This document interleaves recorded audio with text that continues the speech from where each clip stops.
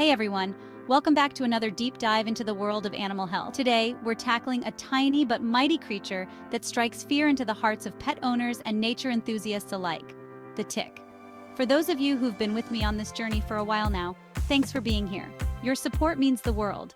If you're new to the channel, welcome aboard. I'm so glad you're here. Don't forget to hit that subscribe button and turn on notifications so you never miss an episode.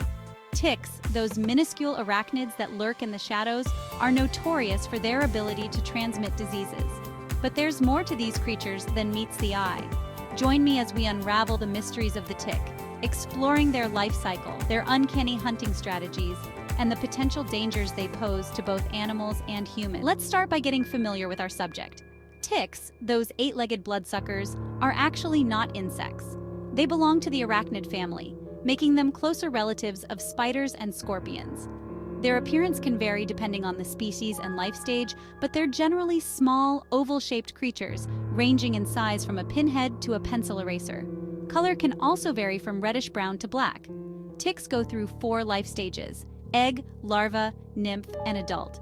Each stage requires a blood meal to progress to the next. And here's a fun fact for you. A female tick can lay thousands of eggs at once.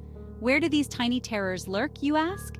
Ticks thrive in warm, humid environments, typically in areas with tall grass, shrubs, and wooded areas. They're particularly active during warmer months, but some species can be active year-round, especially in milder climates. Now, let's talk about how these stealthy hunters find their next meal ticket. You might think ticks have exceptional eyesight, but they actually rely on a different set of senses to locate their hosts. Ticks are equipped with a special sensory organ called the Haller's organ, located on their front legs. This organ is highly sensitive to carbon dioxide, which is exhaled by animals, including humans. So basically, every breath you take, every move you make, the tick is watching you, or rather, smelling you. But that's not all. Ticks are also sensitive to vibrations, body heat, and even shadows. They patiently wait on the tips of grasses and shrubs, using a behavior known as questing, where they extend their front legs, hoping to latch onto a passing host, latching on from skin to bloodstream. So, the unsuspecting host, blissfully unaware of the tiny predator lying in wait, brushes against a blade of grass, and bam! The tick grabs on. But their journey doesn't end there. They still need to find a suitable feeding spot. Ticks are quite picky eaters, believe it or not. They prefer areas with thinner skin and a good blood supply, like the scalp, behind the ears, armpits, and groin area.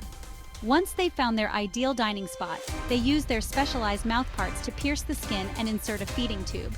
Now here's where things get really interesting, or should I say disturbing. Ticks secrete a cement-like substance that helps them anchor firmly to the host's skin.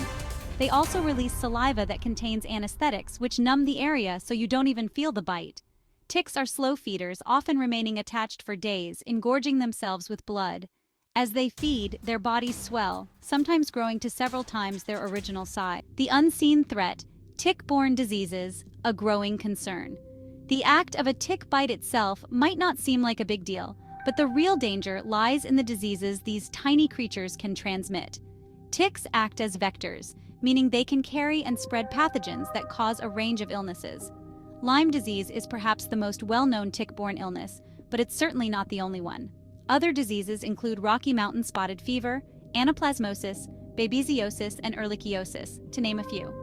These diseases can affect both animals and humans, with symptoms ranging from mild flu-like symptoms to serious neurological problems. Early detection and treatment are crucial when it comes to tick-borne diseases. Be on the lookout for symptoms like fever, headache, fatigue, muscle aches, and a characteristic bullseye rash, though not everyone develops this rash. If you suspect you or your pet may have been bitten by a tick and are experiencing any of these symptoms, consult a healthcare professional immediately. Stay informed, stay safe. Let's keep the conversation going. So, there you have it, a glimpse into the fascinating and freaky world of ticks. These tiny creatures, despite their size, pose a significant threat to both animal and human health. But knowledge is power. By understanding how ticks live, hunt, and transmit diseases, we can take steps to protect ourselves and our furry companions. What are your thoughts on these tiny terrors? Have you ever had a run-in with ticks? Share your stories, thoughts, and questions in the comments below. And don't forget to like and share this video with your friends and family. Let's spread awareness and keep the conversation going. Until next time, stay curious, stay informed, and stay safe.